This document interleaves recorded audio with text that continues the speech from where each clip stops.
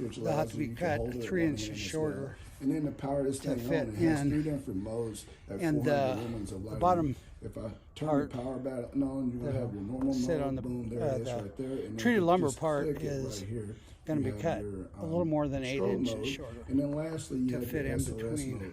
But most importantly, this thing is going to be a lifesaver. I'll show you get in a bind when I and put need a it jump together. start. It's going to allow you to bail yourself out. And another cool feature that I failed to mention is after about 10 seconds, this thing will power itself off to help you save battery life and usage of this thing right here. So if you're in the market for a high quality jump starter, and it could also be used for various outdoor activities as well, such as camping, I would highly recommend this V10 jump starter right here.